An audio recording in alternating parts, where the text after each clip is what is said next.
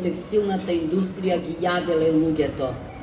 Не можам да се изначудам како некој не ги сослушал досега и како дозволува таква експлоатација. Готовија мојот збор дека со нив ќе застанам во штрајкот. Заради нив ќе се обратам пред парламентот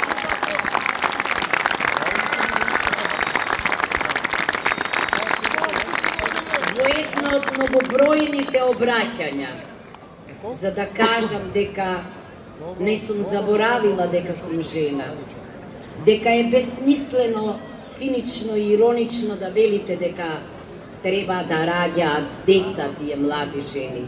Ама во какви услови да раѓаат деца? Зар е можно денеска, иако јас знам дека светот е потонат во сиромаштија, ама Македонија по дефиниција уставна е социјална држава. Јас не видов социјална грижа, видов многу социјални случаи.